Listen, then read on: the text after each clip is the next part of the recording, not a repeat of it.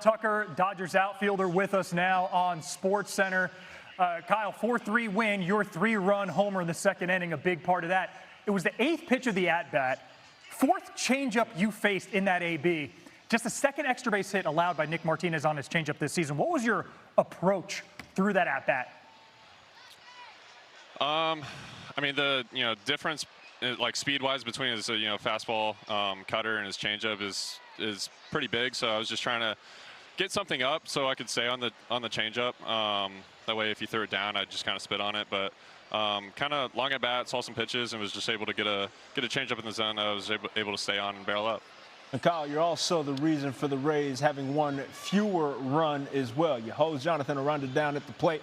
When it comes to putting together a full performance like that one, defensively and offensively, what does it mean to kind of help your team come up with a big win like that?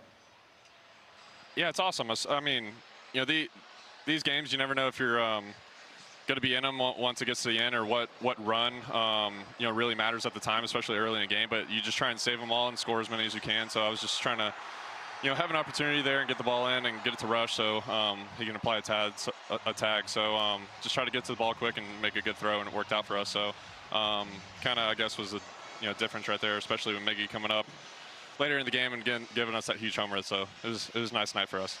Kyle, this win moves you 8 games clear in the NL West. I know it's your first season in LA. You've played a lot of winning baseball, won a ring in Houston, even won 90 games last year in Chicago. This team has won 12 of the last 13 division titles in the last 2 World Series. What do you note about the winning culture in this clubhouse? I mean, we're just surrounded by really good people and really great players that come out and work every single day, and just, selfless players that come out here and just try and win for each other.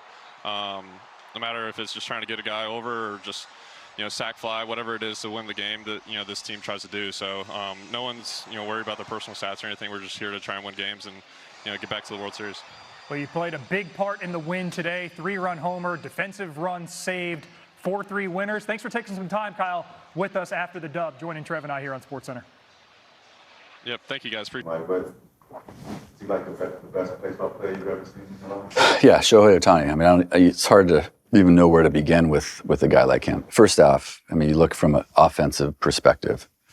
He's, top 2, 3, offensive threats in all of baseball, if not the most offensive threat. Teams fear him. He has the ability to hit any pitch really over the fence. The fact that he's one of the fastest players on the field as well is remarkable. So that's one aspect. There's a hitter of Shohei, top 3 hitter in all of baseball. And then you go, wait a second, he can also pitch. He's a #1 starter on, the best team in baseball.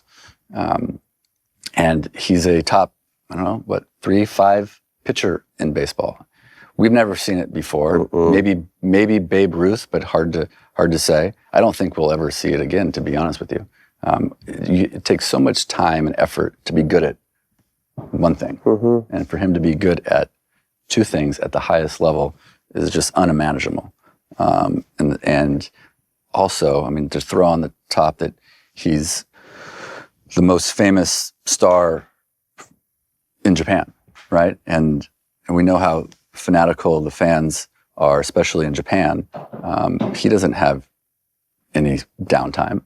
I mean, he's always has to be on. Always has to be on, and he's got so much to do. Now that I'm around a little bit, you just see how much he does on a daily basis. Sometimes he's in the cage, and then he's going to do his pitching work. Like, there's a lot of moving parts in his world, and he's able to figure them all out and have immense success. So I don't see another player being like him ever. From a business standpoint, the impact of these Japanese players, and the influx of it, what are your thoughts just as a baseball mind? Yeah, there's no doubt. There's some pretty talented players coming out of Japan, and that's obviously we were actually just in Tokyo a few weeks ago on a family trip. Which is you spend any time over there? I've never been there. It's great. You got to. Is it? Yeah, it's great. Super clean, so fun, just very interesting, and I would definitely recommend it. But it's a big country, big baseball culture. It's been going on for a long time. They obviously have their professional teams, but it's a huge audience, right? It's a massive audience that follows Shohei Ohtani and the other guys, but Shohei's like up here. And he's on, when you go there, you see he's on every billboard, he's on every bus, he's on it. His marketing team's doing a pretty good job. He's everywhere over there. He's the biggest star by far over there. I would say he's like Michael Jordan and Michael Jackson at their highest. Oof. He's wrapped up into one dude, which is pretty remarkable. Impressive.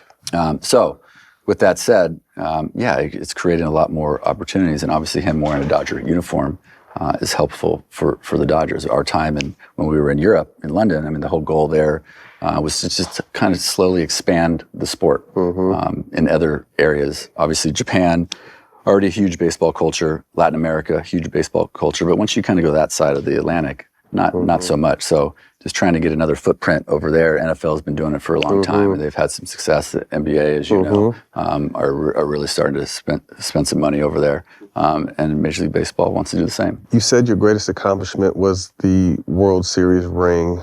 Outside of that, when you look back on your journey and your run in the professionals, what you did, what you accomplished, what you've been through, what's one thing that stands out? I mean, I was on so many great teams and very fortunate to be on the teams that I was on in those particular years.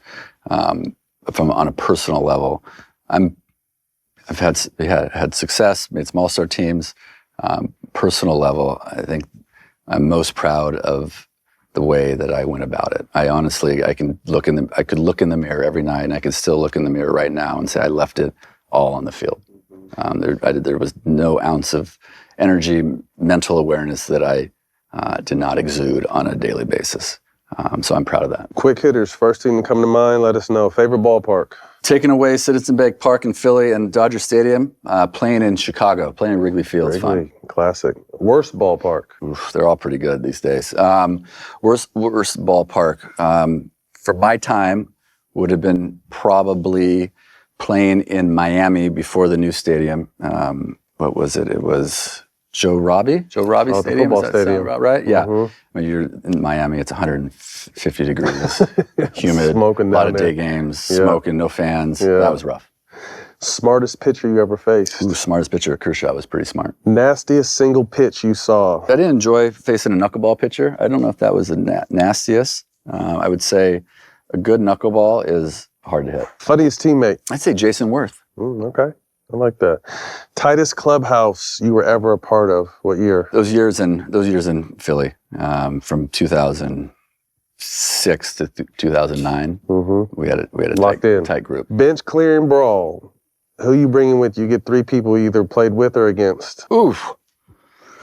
All right, bench clearing brawl. I'm going with some of my Philly guys. I'm going with Worth again. I'm going with Victorino because he's scrappy and little and can hide and get you. Jimmy's too pretty. No. Howie would be a good one to have. And there's so many guys. There's some nut jobs I play with too. that would be good for a bench clearing brawl. Clubhouse playlist. Who was on it? Jimmy took over for a while, and then at a certain point, it was at the discretion of the starting pitcher. Oh, so really? Whatever he wanted to listen to that day, we were all good with. Love it. One guest you'd like to see on All the Smoke Baseball? I think you should have Kershaw on here. Ooh, that'd be dope. Kershaw would be a good one. Make that call for us. No, appreciate it. Chase, congratulations on a hell of a run, man. Good to see you, bud. And all the success. Congratulations on the post-career success, and I wish you nothing but the best, man. Thanks for spending some time with us. My pleasure. Thank you. That's a wrap. Chase Utley. See you guys.